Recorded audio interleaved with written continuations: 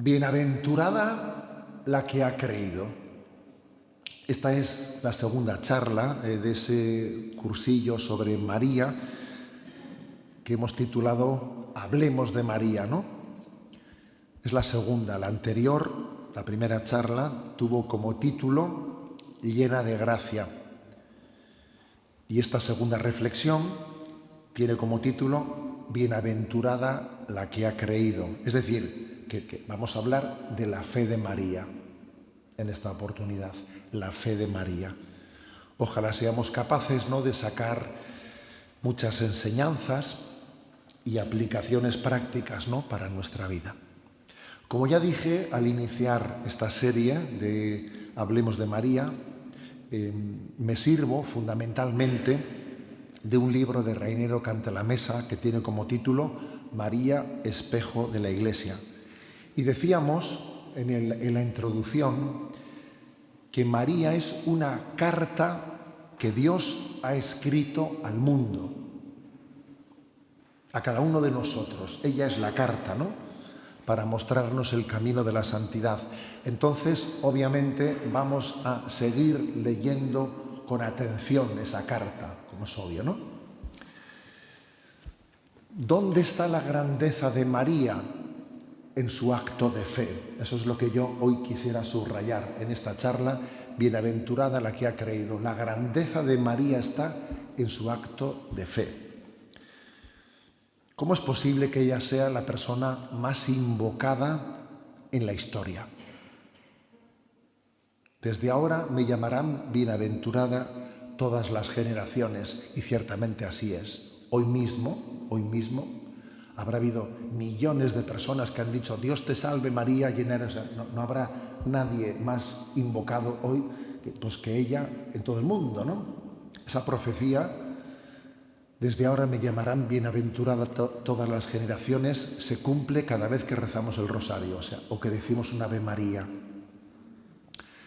Lo curioso es que los vecinos de María, sus familiares, no hubiesen sospechado esto, no hubiesen sido conscientes de que estaban conviviendo con alguien excepcional. No se hubiesen enterado,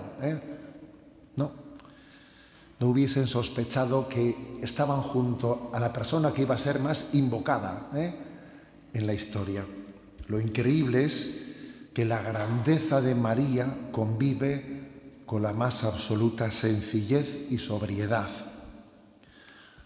Y esto es así porque es que la obra más encomiable que María realizó fue sencillamente la de pronunciar con absoluta autenticidad aquella expresión: He aquí la sierva del Señor, hágase en mí según tu palabra. Es decir, lo grandioso de María es su acto de fe, tan pleno como sencillo. Fue el mayor y más decisivo acto de fe de toda la historia de la humanidad.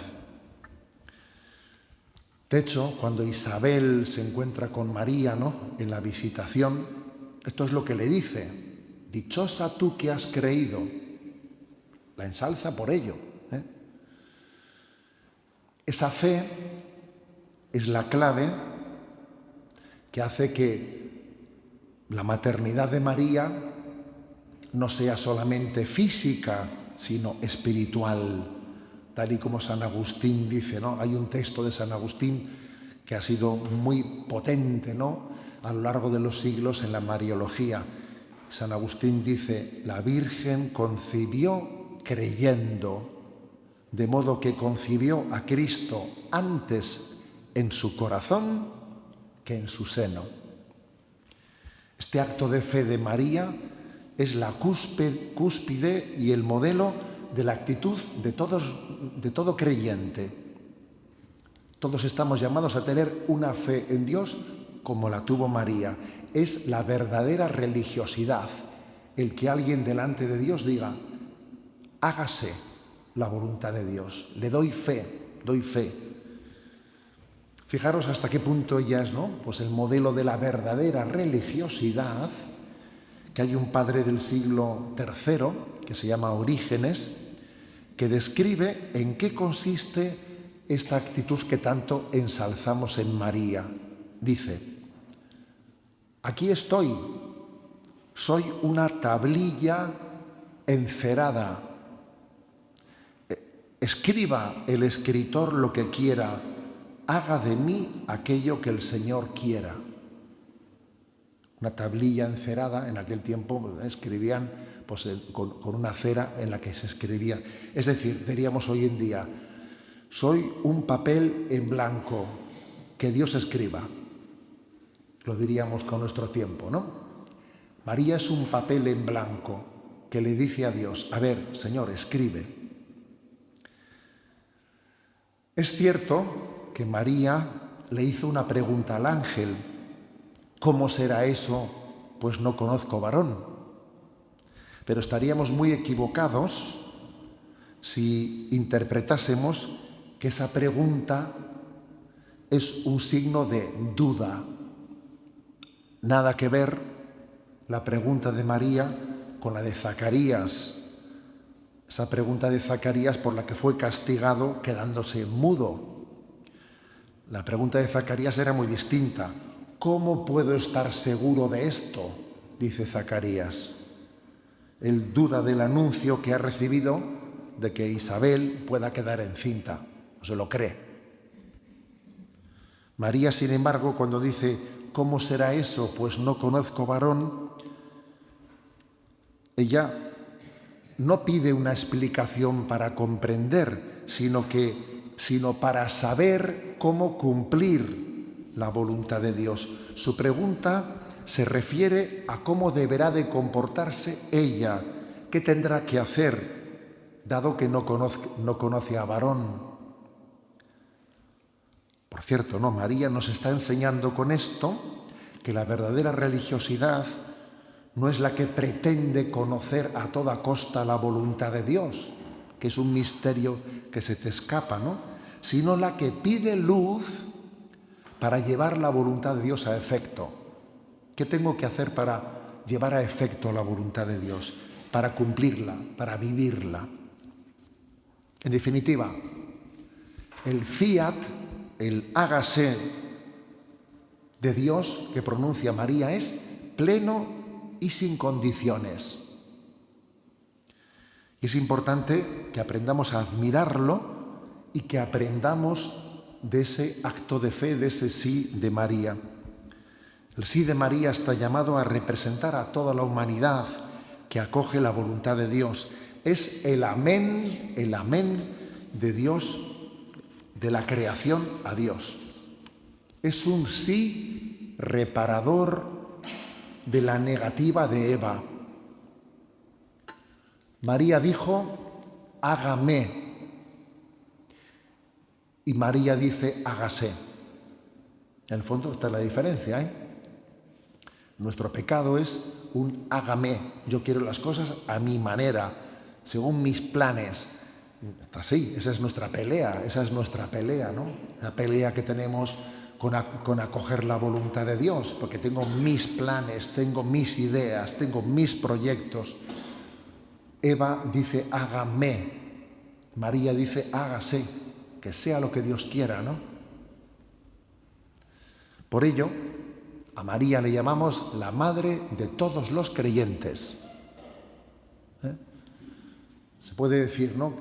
Abraham es nuestro padre en la fe y María es la madre de todos los creyentes. Ahora hablaremos de por qué nos referimos a Abraham y a María. Quiero decir una cosa más, que la fe de María ha sido una fe probada.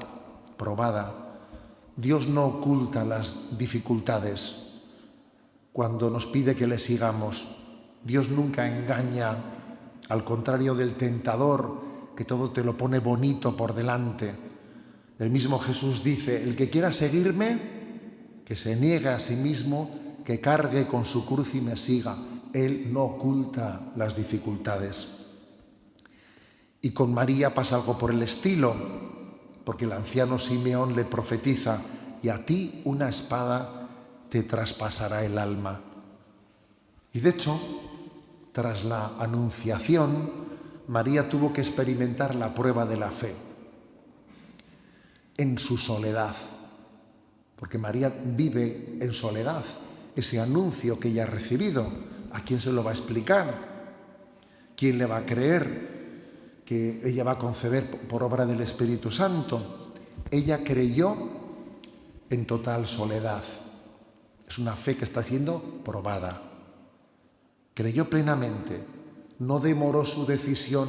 Bueno, voy a ver las cosas, a ver cómo se desarrollan, veamos a ver lo que sucede, a ver si es verdad, a ver si voy viendo síntomas de embarazo, ¿no?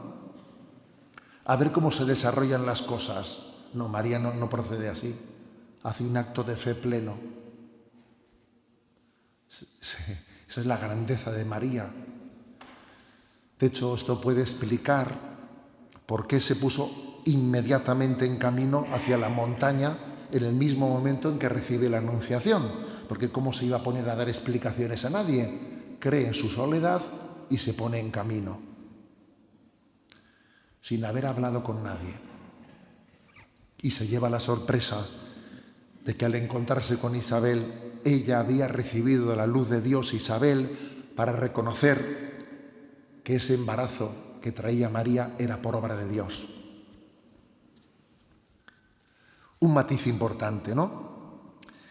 No deberíamos pensar nunca que la prueba de fe de María se concluye en el momento de la anunciación. No, la prueba de la fe de María se extiende toda su vida. Toda su vida es una peregrinación en la fe y su fe está siendo probada. Si decimos que Jesús fue tentado, ¿os acordáis, no? Las tentaciones de Jesús en el desierto, no es de extrañar que María también tuviese las tentaciones en su vida, aunque no queden recogidas en los evangelios como las 3 tentaciones de Jesús. Muy probablemente, claro que las tuvo. Y de hecho, fijaros en el libro del Apocalipsis, capítulo 12, el dragón persigue a la mujer que había dado a luz, intenta ir a por ella.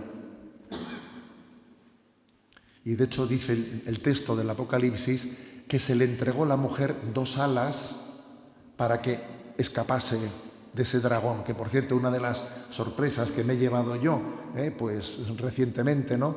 En septiembre, es que estuve en Quito en el Congreso Eucarístico Internacional y de repente allí en Quito descubrí que hay una grandísima imagen. Hay un montecillo que se llama el Panecillo, desde el que se ve todo Quito. Y claro, yo vi aquella imagen y dije, San Miguel. Y me dijeron, no, San Miguel no, es la Virgen María. Y dije, pero ¿cómo María? Si tiene 2 alas. Pero es la Virgen alada. ¿Cómo la Virgen alada? ¿Usted no ha leído el libro del Apocalipsis, capítulo 12, cómo a esa mujer se le dieron 2 alas para que huyese del maligno? Y dije, anda, pues yo no me había fijado en eso. Pero fíjate, ahí se le venera a ella, a María, con 2 alas y sujetando con una cadena al dragón. O sea, es decir, que ha habido una lucha, ¿no? Una lucha. Por lo tanto, es muy fácil suponer que la batalla que vivió Jesús contra Satanás también la vivió María en una fe probada, en una fe que durante toda su vida combatió. Combatió contra las tentaciones del maligno. Al igual que Jesús, ella ha sido probada en todo igual que nosotros, menos en el pecado. Eso dice Hebreos 4:15 de Jesús y lo podemos obviamente aplicar también de María. Y es hermoso pensar cómo María y José se ayudarían para afrontar juntos las pruebas de la fe. Por ejemplo, en la huida a Egipto. Qué importante es alentarnos mutuamente con el testimonio de los demás, ¿no? Para vivir la batalla de la fe que tiene que vivir cada uno en su vida. Entonces, estamos hoy hablando de la fe de María y quiero subrayar el gran mérito que tiene el sí de María. ¿Cuál es el gran mérito de María? Su fe. Ese es su mérito, su fe. A nosotros nos parece que el mérito son el hacer obras que sean costosas, ¿no? Si alguien se sacrifica, si alguien hace obras de caridad, eso tiene mérito. Nos cuesta entender que el acto de fe pueda tener un mérito. Y sin embargo, fijaros, es el mérito principal de María. Nos acordamos de Abraham, a quien llamamos nuestro padre en la fe. Cuando a Abraham se le prometió un hijo a pesar de su edad avanzada, la Escritura dice, está en Génesis 15:6, creyó Abraham en Dios, el cual se lo reputó por justicia. Es decir, se lo reputó por justicia de alguna manera se lo valoró como santidad. Abraham creyó y Dios se lo valoró como santidad, se lo reputó por justicia. Es el significado de esta expresión, ¿no? Si eso se dijo de Abraham, ¿cuánto más cabe decir de María? Creyó María y Dios se lo reputó por justicia. Dios le valoró la santidad que supone ese sí incondicional que dio a Dios. Es cierto que el sí de María no solo es un acto humano de ella, sino que también está asistido por el Espíritu Santo, eso es verdad. La Escritura dice que nadie puede decir Jesús es Señor si no es por la gracia del Espíritu Santo. Y lo mismo podemos decir del fiat de María. Ella está asistida por el Espíritu Santo, pero la acción del Espíritu Santo no quita el mérito de María, sino que lo posibilita. El sí de María es plenamente libre. Y de hecho, el fiat de María es meritorio porque María lo pronuncia con alegría. Es un vivo deseo. No es una simple aceptación resignada. Es importante saber que el verbo griego, sabéis que el Evangelio, ¿no?, su original está en griego, el verbo griego que expresa ese hágase, en griego es genoito, está en un tiempo optativo, que quiere decir que no cabe la interpretación de una resignadamente dijo hágase, porque claro, también se puede decir hágase que no tengo más remedio, trágatelo, ¿me explico? O sea, uno podía decir la expresión hágase como diciendo, como no tengo nada que hacer, pues que sea. No cabe esa interpretación en el tiempo verbal que está escrito en griego, no cabe esa interpretación. Es un vivo deseo, es un hágase que sea. Es un amén de María que significa obediencia alegre, deseada. Su traducción sería así es y así será. María es la personificación del amén a Dios, ¿no?, que todos estamos llamados a pronunciar. No sé si conocéis una expresión de San Agustín que también se ha hecho muy, muy conocida, ¿no? San Agustín dice, en el cielo dicen aleluya los que en la tierra han dicho amén, dice él, ¿no? Los que en la tierra han dicho amén, que se haga la voluntad de Dios, son los que están llamados a decir aleluya en el cielo. Amén y aleluya están muy unidos. No se puede decir aleluya sin haber dicho amén. Claro. Es así, ¿eh? Se canta el aleluya cuando uno ha pronunciado plenamente el amén. Que sea, ¿no?, la voluntad de Dios. Pero es que además la deseo más la voluntad de Dios que el cumplimiento de mis sueños vanos, ¿no? Por lo tanto, ese es el gran mérito de María, el sí. Y entonces eso a nosotros nos tiene que hacer reorientar dónde está la verdadera religiosidad. Tenemos que ir tras las huellas de María. Decimos que nuestra fe es apostólica, sí, pero antes de la fe de los apóstoles estuvo la fe de María, no olvidemos, ¿eh? O sea, que nuestra fe es apostólica y es mariana. Y es importante que caigamos en cuenta que María es nuestro modelo de fe y de esperanza. Os voy a decir algo que igual a alguno le va a sorprender. Nosotros no decimos que Jesús es nuestro modelo de fe, no.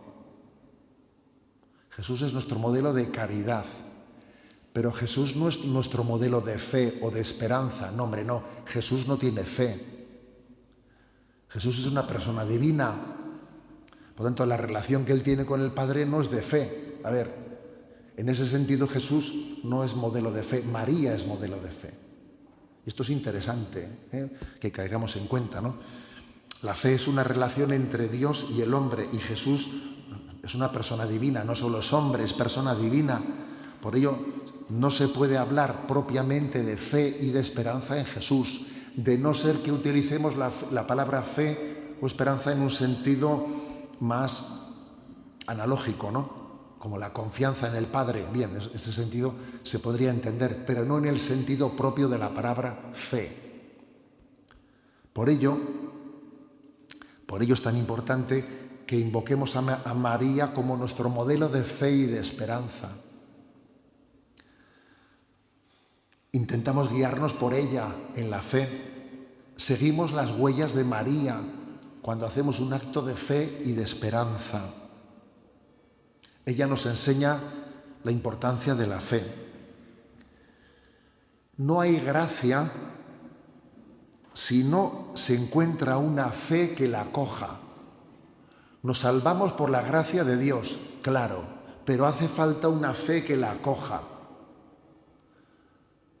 Luego, en el fondo, la salvación está trazada por dos palabras: fe y gracia, o digámoslo mejor, gracia y fe. Lo primero es la gracia, pero tiene que ser acogida. Gracia y fe, gracia y fe.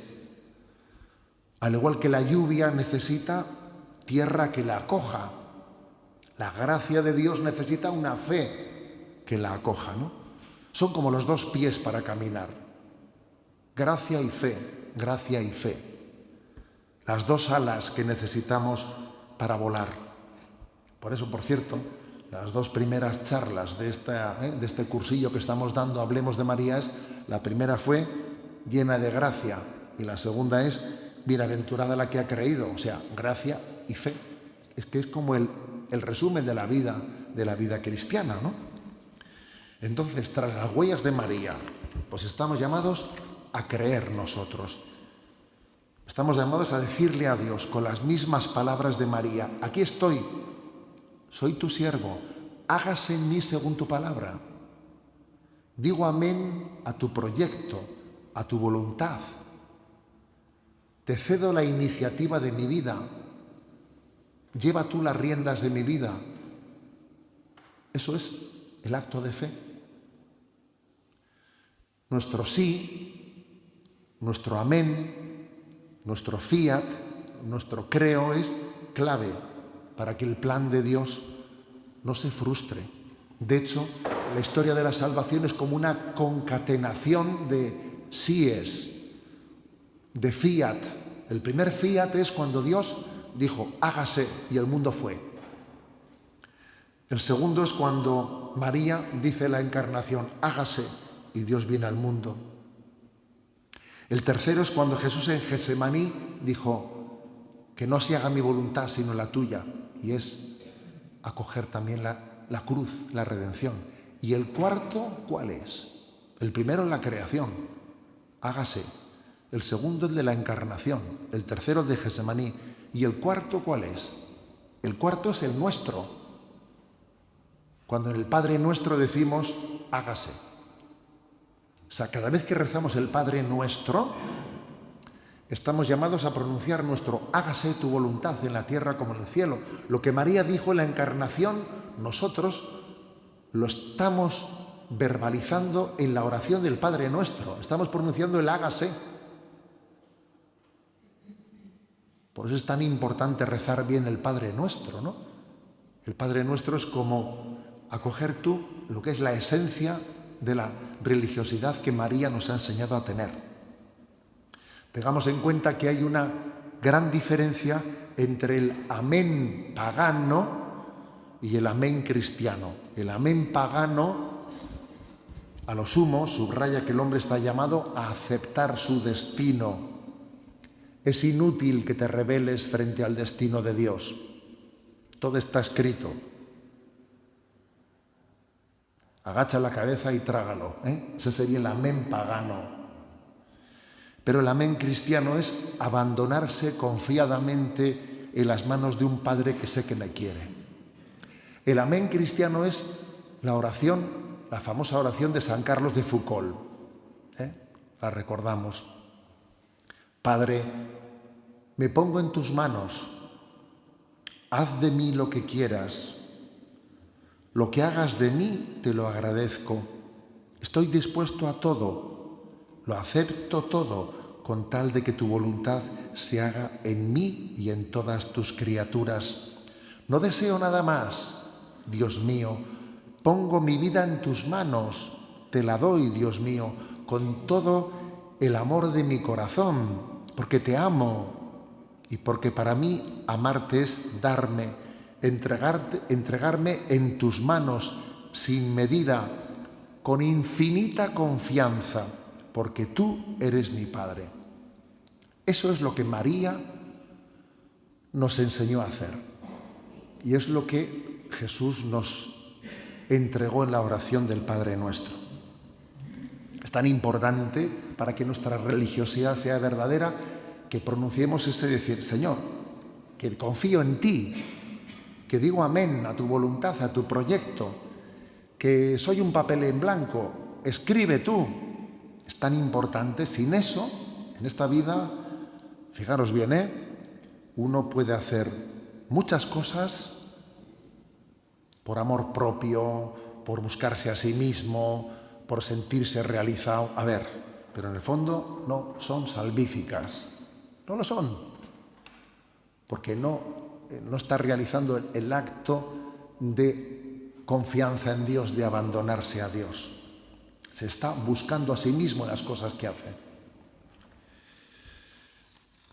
Por lo tanto, queridos hermanos, creo que esta es la clave y posiblemente por nuestra falta de fe, pues no damos el fruto que debiéramos de dar. Acordaros de algún pasaje, como el de Mateo 17:20, después de que Jesús hubo expulsado el espíritu maligno de un muchacho, los discípulos le preguntan a Jesús por qué ellos no habían sido capaces de expulsarlo. Y Jesús responde, por vuestra poca fe. Os ha faltado fe para expulsar al maligno, por vuestra poca fe, Con lo cual, claro, pues la clave está en que seamos conscientes de que la gran petición que tenemos que dirigir a Dios es aumentanos la fe, aumentanos la fe. Y eso pues quizás no lo tenemos tan... Yo, fui párroco 20 años de una parroquia en Zumárraga, y en el País Vasco, que tenía una ermita de la Virgen maravillosa, se llamaba la ermita de la Antigua, y era una ermita que había momentos en los que, ¿cómo deciros? Estaba llena de velas, de velas rojas encendidas, pues que las madres y las abuelas pues ponían, ¿Y cuándo solía ser eso? En la época de exámenes. En la época de exámenes, aquel era un tiempo en que todavía yo creo que los niños tenían la fe para decir a su abuela, abuela, reza por mí porque estamos de exámenes. Entonces, claro, llegaba la época de exámenes y estaba la ermita a tope de velas, a tope. Yo decía, ya ha llegado la época de los exámenes, Entonces, las madres y las abuelas ahí a poner tal. Entonces, en una ocasión yo, predicando, dice, dice San Pablo que pidamos los dones superiores, dice. Es increíble que con tanta... Está bien, porque Jesús nos dice que pidamos con confianza de hijos. Pero me gustaría saber cuántas velas se han encendido pidiendo que se aprueben los exámenes y cuántas velas se han encendido diciendo, aumentanos la fe.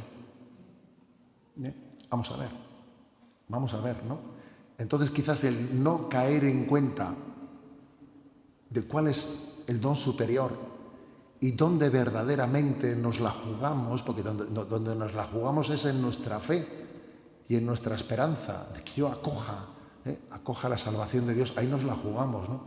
Me acuerdo que hice ese comentario, claro, y la gente se reía, como diciendo, madre mía, ¿no? Claro, ¿cuántas velas hemos encendido pensando en los exámenes y cuántas hemos encendido diciendo, Señor, aumenta mi fe, aumenta mi esperanza, aumenta la caridad? Bueno, pues María, yo concluiría diciendo, el sí de María, el acto de fe de María también es nupcial. ¿Qué quiero decir con eso? María es un signo, una primicia de las bodas de Dios con nosotros. Dios se casa con Israel, Dios se casa con el pueblo de Dios, Dios ha hecho desposorio con su iglesia.